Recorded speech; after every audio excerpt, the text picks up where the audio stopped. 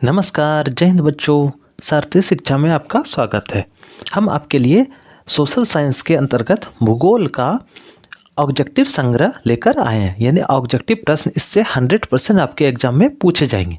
तो आपका जो प्रश्न है इसको एक बार कम से कम आप देख लो, जो कि आप एग्जाम में अच्छे से लिख सको। ठीक है, तो हमारा जो पहला प्रश्न है वो है, सोपानी कृषि किस राज्य में प्रचलित है? तो इसका जो आपका सही आंसर चले जाएगा वो चले जाएगा उत्तराखंड के साथ। ठीक है, आगे बढ़ते हैं। सीमेंट उद्योग का सबसे प्रमुख कच्चा माल कौन सा है? तो सीमेंट उद्योग में सबसे ज़्यादा जो उपयोग होता है वो अपना क्या होता है?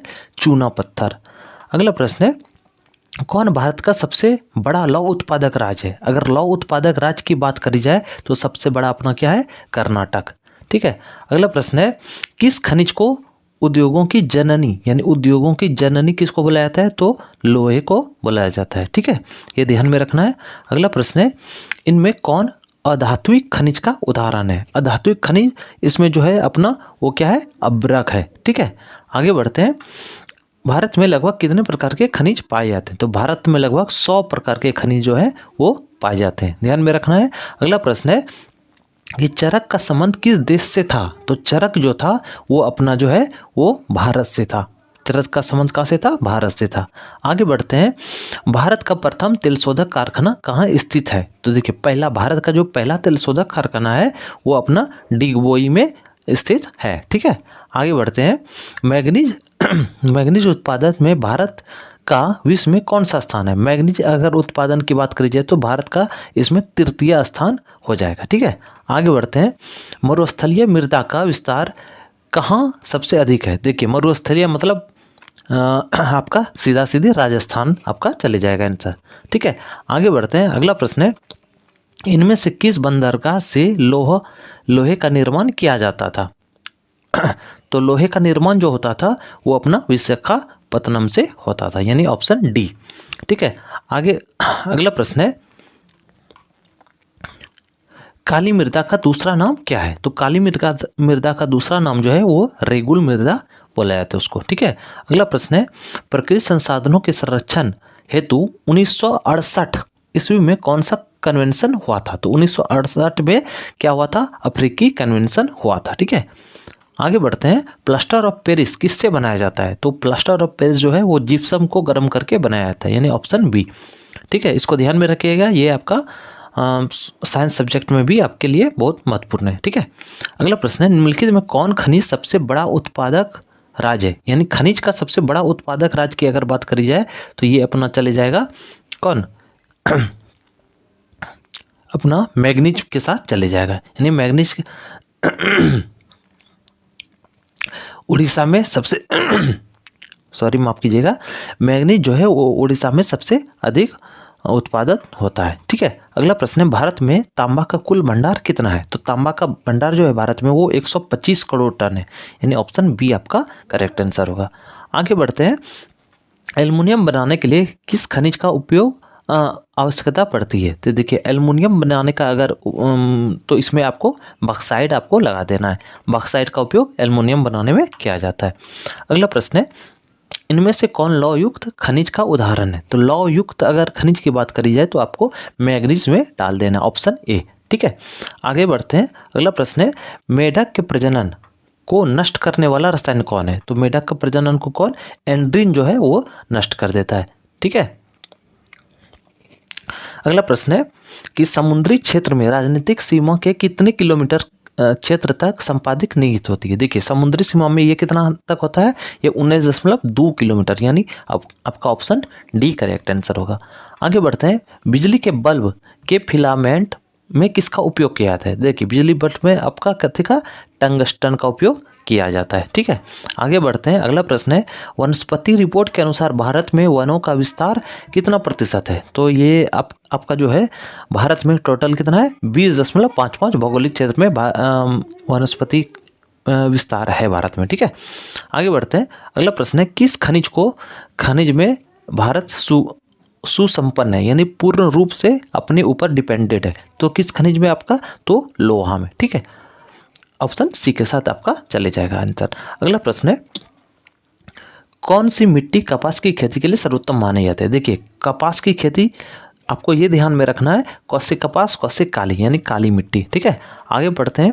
झारखंड का कोडरमा किस खनिज के लिए उत्पादन के लिए प्रसिद्ध है? कोडरमा जो है वो अपना अब्रक के लिए जो है वो प्रसिद्ध है। ठीक है, आगे बढ़ते हैं। अगला प्रश्न है, यूरेनियम का प्रमुख उत्पादक स्थल कौन सा है? तो यूरेनियम का जो प्रमुख उत्पादक स्थल है वो जादूगढ़ा, यानी ऑप्शन आपका डी चले जाएगा आंसर। आगे बढ़ते हैं। उड़ीसा किस खनिज का सबसे बड़ा उत्पादक है? तो उड़ीसा में सबसे ज़्यादा क्या होता है? मैग्नीज होता है। ऑप्शन बी आपका करेक्ट आंसर होगा। ठीक है, आगे बढ़ते हैं। संविधान की धारा 21 का संबंध है। देखिए, धारा 21 में आपको क्या बताया गया है? इसमें बताया गया वन जीवों और प्रकृति संसाधनों का संरक्षण, यानी ऑप्शन ए आपका करेक्ट होगा। ठीक है, आगे बढ़ते हैं।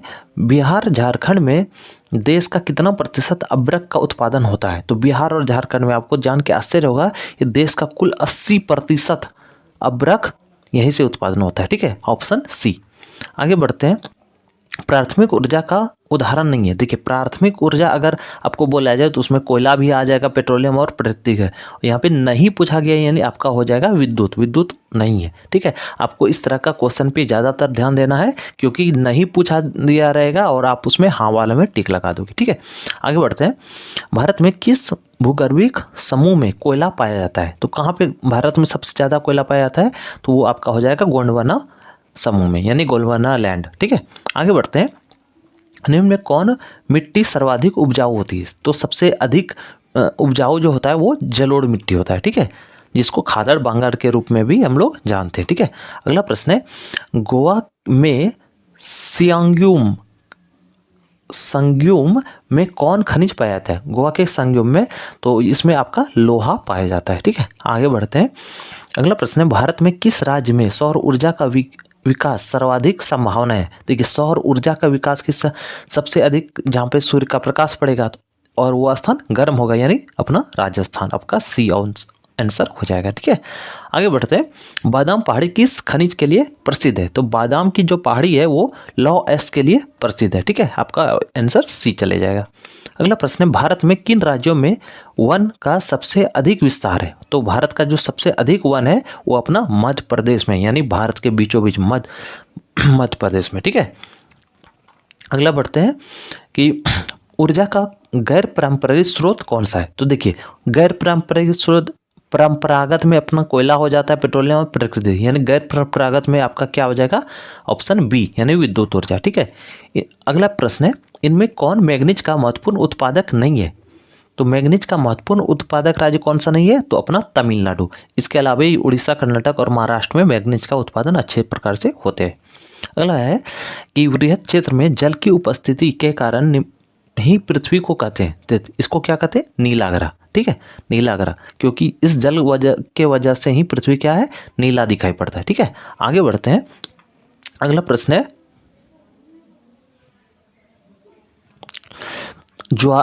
ज्वार एवं तरंग ऊर्जा उत्पादन हेतु अधिक मात्रा में अनुकूल परिस्थिति कहाँ पाई जाती है? देखिए, ज्वार ऊर्जा और तरंग ऊर्जा, अगर इसकी हम बात करें तो ये स्तंभ की खाड़ी में। ठीक है, यहाँ पे अत्यधिक मात्रा में ज्वार भाटा उत्पन्न होता है और तरंग भी उत्पन्न होते हैं। ठीक है, आगे बढ़ते हैं। अगला प्रश्न है।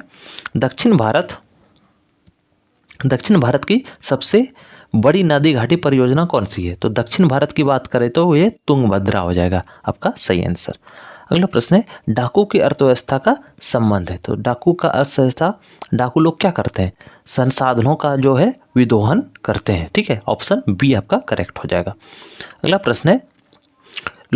काला लोहा किसे कहा जाता है? तो काला लोहा जो कहा जाता है वो मैग्नेटाइट को कहा जाता है, मैग्नेटाइट को, यानी ऑप्शन बी आपका चले जाएगा सही आंसर। ठीक है, ये सब ध्यान में रखना है। अगला प्रश्न है। विश्व पर्यावरण दिवस कब मनाया जाता है? तो ये आसान सा सवाल है आपका। 5 जून को जो है विश्व पर्यावरण दिवस मनाया जाता है। आगे बढ़ते हैं। निम्नलिखित में किस खनिज का भारत निर्यात नहीं करता? किसका भारत जो है निर्यात नहीं करता?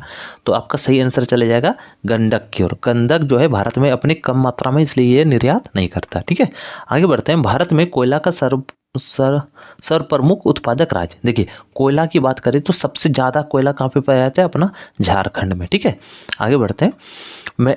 मैग्नीज का निर्यात किसमें इनमें किस बंदरगाह से नहीं किया जाता है, यहाँ नहीं की बात करी जाए तो मैग्नीज जो है अपना मुंबई से भी किया जाता है और गाँव से विशाखापत्तनम से, यानी अपना मैंगलोर जो होगा इसमें मैग्नीज का निर्यात नहीं किया जाता है। ठीक है, आगे बढ़ते हैं।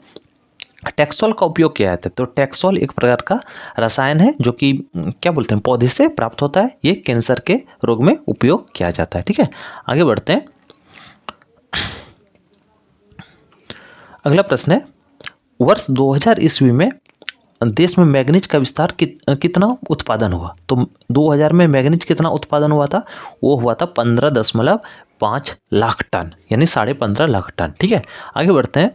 सर्वोत्तम कोयला किस प्रकार का होता है? देखिए, सर्वोत्तम कोयला कौन होगा? जिसमें कार्बन की मात्रा अधिक होती है। तो कार्बन की मात्रा सबसे अधिक किसमें होती है? एंथ्रासाइड में 90% से भी अधिक होता है, यानी आपका ऑप्शन ए एंथ्रासाइड चले जाएगा सर्वोत्तम कोयला की ओर। ठीक है, आगे बढ़ते हैं। अगला प्रश्न है, देश में मैग्नीज का कुल भंडार कितना है? तो देश में जो मैग्नीज का भंडार है वो लगभग 1670 लाख टन है। ठीक है, इसको ध्यान में रखना है। आगे बढ़ते हैं। विश्व की कितनी प्रतिशत जनसंख्या भारत में निवास करती है? तो विश्व की कितनी प्रतिशत जनसंख्या? तो विश्व का जो है 16% जनसंख्या जो है वो अपना भारत में निवास करता है। आगे बढ़ते हैं। अगला प्रश्न है, कोयला किस प्रकार का संसाधन है? तो कोयला जो है वो अनवीकरणीय संसाधन है। ठीक है, अच्छा, अनवीकरणीय है और अपना जैव भी संसाधन है, तो इसमें आपका तो दो आंसर हो गया, इसको आप ध्यान से रखिएगा। इसमें अनवीकरणीय भी हो जाएगा आपका और जैव भी हो जाएगा। इस तरह का शायद आंसर आपके ऑप्शन जो है आपके एग्जाम में नहीं आने वाला है। ठीक है, लेकिन इसमें से कोई रहेगा तो आपको कोई मारना, या जैव संसाधन या फिर अनवीकरणीय संसाधन। ठीक है, अगला प्रश्न है, किस राज्य में खनिज तेल का विशाल भंडार है? तो खनिज तेल का सबसे ज़्यादा भंडार जो है वो अपना असम में पाया जाता है। ठीक है, अगला प्रश्न है, सौर ऊर्जा निम्नलिखित में कौन सा संसाधन है? तो सौर ऊर्जा जो है वो पुनः पूर्ति योग्य संसाधन है। ठीक है, आपका ऑप्शन बी चले जाएगा। अगला प्रश्न है, तटरेखा से कितने किलोमीटर की सीमा अपमर्जक क्षेत्र कहलाता है? तो ये 200 नॉटिकल मीटर, एनएम का मतलब होता है नॉटिकल मील्स। ठीक है, नॉटिकल मील्स यानी 200 नॉटिकल मील्स, आपको ध्यान में रखना है। अगला प्रश्न है, पेट्रोलियम किस प्रकार का संसाधन है? तो पेट्रोलियम जो है वो अनवीकरणीय संसाधन है, आपका ऑप्शन ए चले जाएगा। ठीक है, अगला प्रश्न है, ताप विद्युत केंद्र का उदाहरण है। ताप विद्युत केंद्र अपना कहाँ पे है? ये बरौनी में। ठीक है, चलिए आगे बढ़ते हैं। पंजाब में भूमि निम्नीकरण का मुख्य कारण हुआ, तो पंजाब में जो है भूमि निम्नीकरण का मुख्य कारण क्या था? अत्यधिक सिंचाई। ऑप्शन सी आपका करेक्ट आंसर होगा। अगला प्रश्न है, FAO की वानिकी रिपोर्ट के अनुसार 1948 ईस्वी में विश्व में कितने हेक्टेयर भूमि पर वन का विकास था? तो कितना? ये 1948 में जो था ये लगभग 4 अरब हेक्टेयर पे वन था, यानी ऑप्शन आपका 20 चले जाएगा सही आंसर। अगला प्रश्न है, भारत में लगभग कितने करोड़ हेक्टेयर भूमि का क्षरण हो चुका है? तो इसमें भारत में लगभग 13 करोड़ हेक्टेयर भूमि का जो है वो क्षरण हो चुका है। आगे बढ़ते हैं। देश के बांधों को किसने मंदिर कहा था? ये अपना पंडित नेहरू ने, जिसको हम लोग चाचा नेहरू के नाम से भी जानते हैं, ने कहा था। ठीक है, आगे बढ़ते हैं। अगला प्रश्न है, भाखड़ा नांगाल परियोजना किस नदी पर है? तो भाखड़ा नांगाल ये सतलज नदी पर अवस्थित है। ठीक है, आगे बढ़ते हैं। अगला प्रश्न है, कुल जल का कितना प्रतिशत भाग महासागरों में निहित है? तो कुल जल का लगभग 96%, यानी आपका ऑप्शन डी चले जाएगा। ये जो है समुद्र वगैरह में, महासागरों में स्थित है। ठीक है, अगला प्रश्न है, बिहार में अति जल दोहन किस तत्व का संकेंद्रीय बढ़ा है? तो सबसे बेसी जल दोहन बिहार के किस राज्य में हुआ है? तो ये अपना, अच्छा, बिहार में जल दोहन के लिए कौन ज़्यादा उत्तरदायी है, इस तरह से आपका क्वेश्चन है। तो आर्सेनिक के चलते बिहार में जल का प्रदूषण सबसे अधिक हुआ है, यानी जल का दोहन जो है वो आर्सेनिक की वजह से ही हुआ है। अगला प्रश्न है, प्राणी के शरीर में कितना प्रतिशत जल की मात्रा निहित होती है? तो इसमें अपना 65% चले जाएगा। ठीक है, 65% प्राणी में, और अगर पादपों में बोले जाए तो उसमें 70 से 90% तक। ठीक है, ये ध्यान में रखना है। अगला प्रश्न है, प्राकृतिक गैस किस खनिज के साथ पाया जाता है। तो प्राकृतिक गैस की अगर बात करिए तो ये पेट्रोलियम खनिज के साथ पाया जाता है। आगे बढ़ते हैं, अगला प्रश्न है, निम्न में कौन बिहार की प्रमुख नदी घाटी परियोजना है? तो बिहार की प्रमुख नदी घाटी परियोजना है वो सोन घाटी नदी घाटी परियोजना। ठीक है, आगे बढ़ते हैं, एशिया का सबसे बड़ा परमाणु विद्युत गृह कौन है? तो एशिया का सबसे बड़ा परमाणु गृह है कौन सा? तारापुर। अगला प्रश्न है, भारत में 2001 में कितने प्रतिशत भौगोलिक क्षेत्र पर वन का विस्तार था? तो 2001 में लगभग 19.27% क्षेत्र पर अपना जो है वो वन था। ठीक है, अगला प्रश्न है, वन संरक्षण एवं प्रबंधन की दृष्टि से वनों को कितने वर्गों में बांटा गया है? तो वनों को 3 वर्गों में बांटा गया है। ठीक है, आगे बढ़ते हैं, भारत का राष्ट्रीय पक्षी कौन है? तो भारत का राष्ट्रीय पक्षी कौन है? मोर है, जिसको हम मयूर के नाम से भी जानते हैं। ऑप्शन सी आपका करेक्ट हो जाएगा। अगला प्रश्न, इनमें से कौन जलीय जीव है जो केवल भारत में ही पाया जाता है? तो केवल भारत की अगर बात करी जाए तो आपको क्या डाल देना है? डॉल्फिन दे देना है। ठीक है, जो कि भारत के गंगा नदी में पाया जाता है। अगला प्रश्न है, निम्न में कौन लौह अयस्क का प्रकार है? तो लौह अयस्क का अगर प्रकार की बात करी जाए तो अपना जो हो जाएगा ये हेमाटाइट हो जाएगा। ठीक है, आगे बढ़ते हैं, छत्तीसगढ़ भारत का कितना प्रतिशत लौह अयस्क उत्पादन करता है? तो छत्तीसगढ़ अकेले जो है वो कुल देश का 30% लौह अयस्क का उत्पादन करता है। ठीक है, अगला प्रश्न है, 1 टन इस्पात बनाने में कितने मैग्नीज का उपयोग होता है? तो 1 टन अगर इस्पात की बात करी जाए तो इसमें आपका 10 किलोग्राम मैग्नीज लगता है।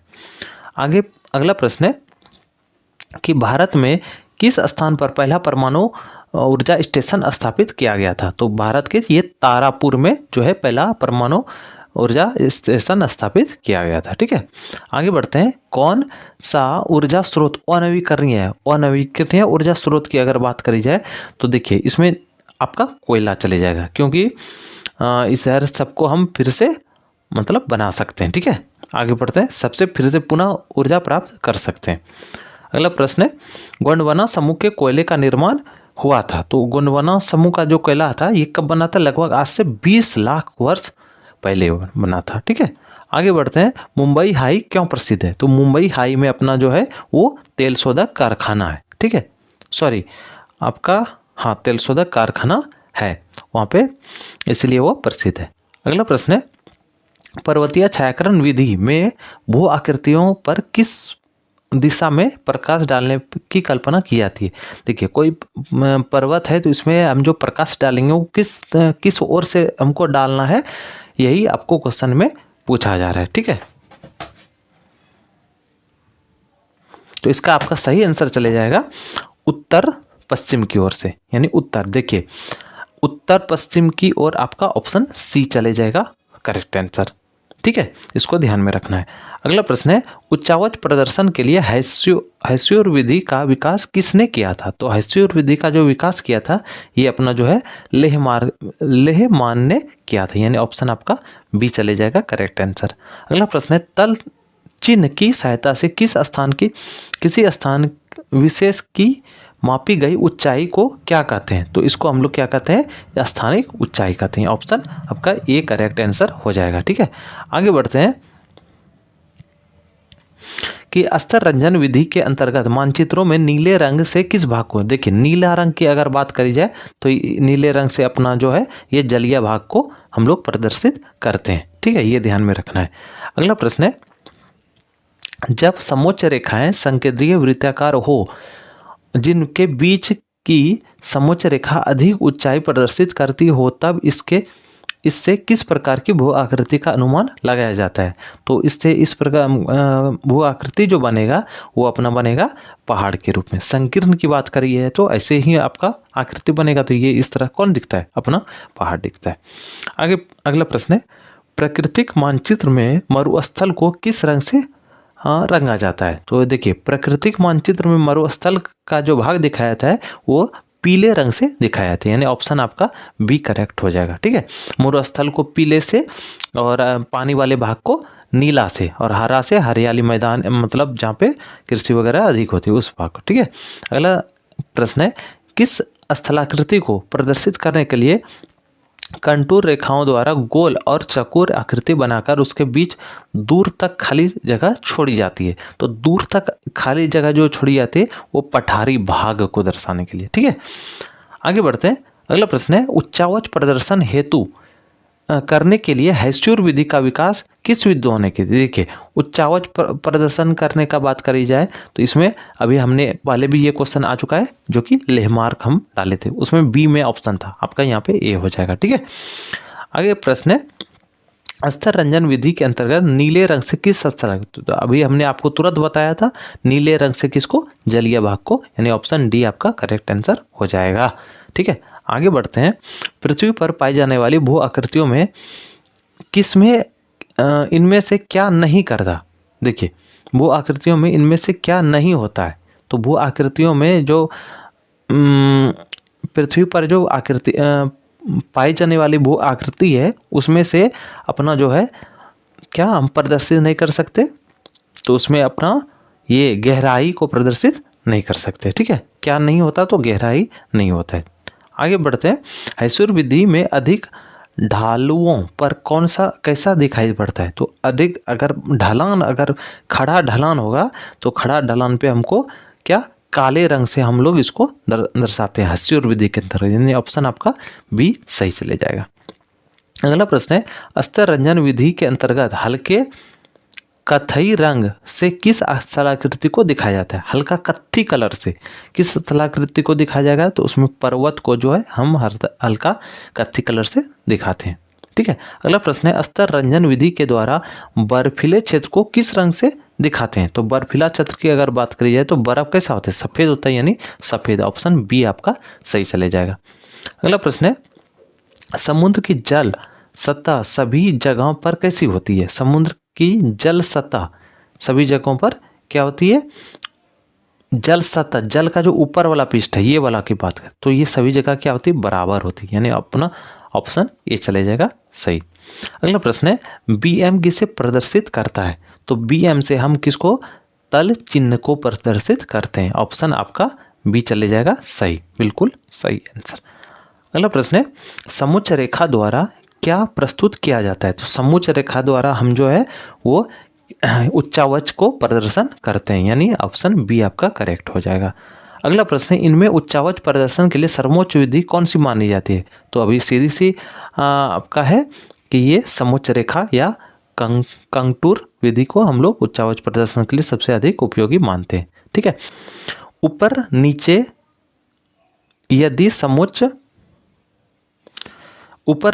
समोच्च रेखाएं दूर दूर बनाई हो तो इससे किस भू आकृति का प्रदर्शन होता है? देखिए ऊपर और नीचे अगर दूर दूर रेखाएं बनी हो तो इससे अपना जो है मंद ढाल को प्रदर्शित होता है, यानी मंद ढाल, ऑप्शन आपका बी करेक्ट हो जाएगा। ठीक है, अगला और आखिरी प्रश्न इस मतलब क्या बोलते हैं संग्रह में हम लेते हैं कि पर्वतीय छायाकरण द्वारा उच्चावच प्रदर्शन के लिए भू आकृतियों पर किस दिशा में प्रकाश पड़ने। देखिए अभी हमने इसको पहले भी करवा दिया था तो उत्तर पश्चिम अपना ऑप्शन ए चले आया, ऑप्शन आंसर। ठीक है, इसके साथ ही हमारा 100 प्रश्नों का जो है वो संग्रह समाप्त होता है, जो कि इसको आप अच्छे से पढ़ लोगे, ध्यान से याद रखना, जो कि आपको एग्जाम में काफ़ी ये महत्वपूर्ण हेल्प करेगा। ठीक है, अगर आपको वीडियो अच्छा लगा हो तो चैनल को लाइक करना, सब्सक्राइब करना और शेयर भी कर देना ताकि दूसरों का भी भला हो सके। मिलते हैं फिर अगले वीडियो में, तब तक के लिए धन्यवाद।